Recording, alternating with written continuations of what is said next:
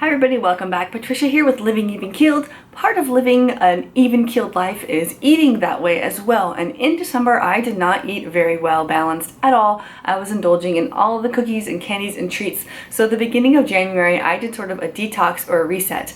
I actually saw this idea on Blogilate's channel and she had a 28-day reset for the entire month.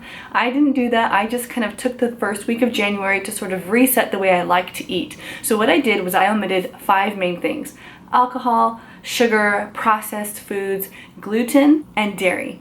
I actually decided to do this after I'd already gone shopping, so I was able to do this with regular stuff that you see in a normal pantry. We have a traditional diet. We're not vegan or gluten-free or vegetarian, although I really do respect those type of diets, and I would love to include more meatless meals throughout my week, couple of days a week. Just go meatless at least. I think that's not only good for your body, but it's good for the environment as well. So I want to show you some of the things I ate, omitting those 5 things, for breakfast and dinner. Most of the time lunch is leftover dinner in my house, so that's why I'm sticking with those 2. We started off the week with banana cakes. It's just 1 banana and 2 eggs in the blender, and to make sure they don't stick on the pan, I used some butter. My daughters had a side of yogurt, I did not, and then we all had some strawberries. On Tuesday, I made a smoothie with banana, lots of spinach, some pineapple, and a carrot. I added some almond milk and protein powder, and these are plant-based protein powders, so you're not getting a lot of gluten or sugars. My daughters had some yogurt with granola and some of my smoothie as well.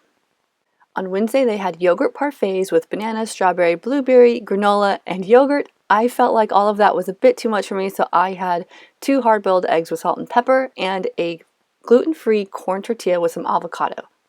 I also dipped into that extra fruit though. On Friday we had some gluten-free steel-cut oats. I seasoned that up with some coconut oil, almond milk, cinnamon, and raisins. So no sugar, honey, or anything that's overly sweet. My daughters had the same thing. We ended up having some cantaloupe on the side as well. Saturday we went ahead and had some banana cakes again, although I had an interesting supplement drink. I started my monthly menstruation, if you must know, and so I'll share with you the supplements I take to deal with that. But I also had a fried egg on top of a bed of rice. And on Sunday I made another smoothie, but this time I'm using acai berry as one of the main ingredients. It's superfruit, if you don't know, a lot of good stuff in there, and so I just went ahead and made a usual thing with some of the same ingredients that you saw. However, I'm using frozen banana on this day instead. And I have a thing with smoothies. I feel like if I don't chew something, I'm not satisfied, so I went ahead and made another corn tortilla with some avocado, and it had a little bit of coffee. Although I didn't show it, I do have a cup of coffee with dairy-free milk most days of the week. Heading over to dinner, on Monday night we had chicken bowls. So we had chicken, rice, and avocado. We didn't use any of the sauces we normally would because those things have a lot of sugar, but to give it more flavor we like to use coconut milk. On Tuesday we are fighting off colds with our homemade chicken and rice soup. We like to use our bone broth that we make from food scraps and chicken, rice, and celery.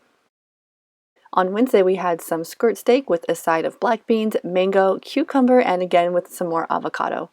With basic salt, pepper, and garlic, you can really season up your meat perfectly. We tried something different on Thursday and tried to make sort of like a chicken stew. So we had 2 different types of beans, potatoes, carrots, and olives. And to thicken up the broth, we used a tomato base, but we added some rice flour, which we made by simply putting rice into our high-powered blender. On Friday, we went with some fried rice. So we use a lot of coconut oil in place of butter, lots of vegetables, peas, peanuts, carrots, and we added mango, and we also had a side of cucumber. I like it with salt, but you can also do rice vinegar. And on Saturday, we had my husband's famous chicken adobo. We had chicken legs because that was on sale, roasted garlic, and a side of mango. He did have to alter his recipe quite a bit, but it came out perfectly without using the typical seasonings and sugary sauces. Now this was a day I decided to try some gluten-free products, so it was pasta night and I did a flub up here by using Parmesan cheese. That was my one mistake this week. We went with the meat sauce instead of meatballs because our meatballs do have dairy and gluten.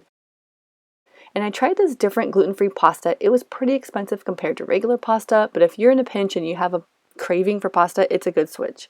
And we carried on over to Monday with some fajitas with 2 different types of bell peppers and corn, a side of black beans and avocado, and we paired that with our gluten-free corn tortillas.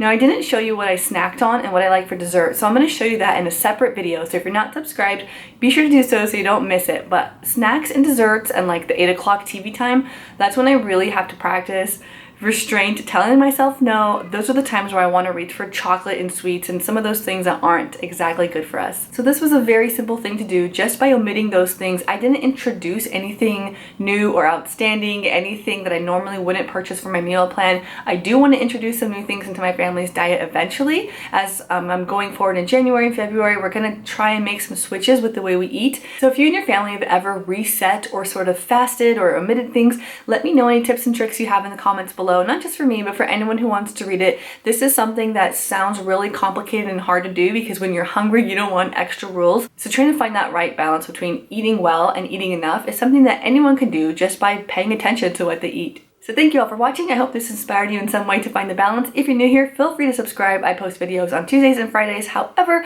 I do have a special video coming up tomorrow for you guys, so you don't want to miss that one. I'll see you guys on my next one. Bye.